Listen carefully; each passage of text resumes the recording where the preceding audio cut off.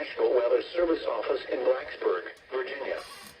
The preceding signal was a test of the NOAA weather radio station WXL-60 public warning system. During potentially dangerous weather situations, specially built receivers can automatically be activated by these signals to warn of the impending hazard. Tests of the signals and the receiver's performance are normally conducted by the National Weather Service around noon each Wednesday, except for the first Wednesday of the month when it is conducted around 7 p.m. If there is a threat of severe weather, the test will be postponed to the next available good weather day. Reception of this broadcast, and especially the warning alarms, will vary at any given location. This variability, normally more noticeable at greater distances from transmitter, can occur even though you are using a good quality receiver in perfect working order.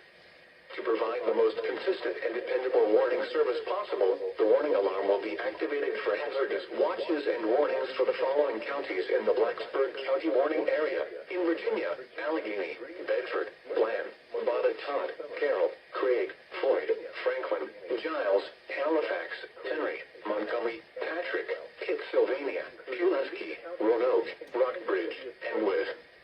Also included are the independent cities of Buena Vista, Covington, Danville, Lexington, Martinsville, Galax, Radford, Roanoke, and Salem.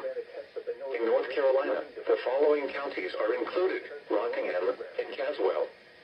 This has been a test of the NOAA weather radio warning device.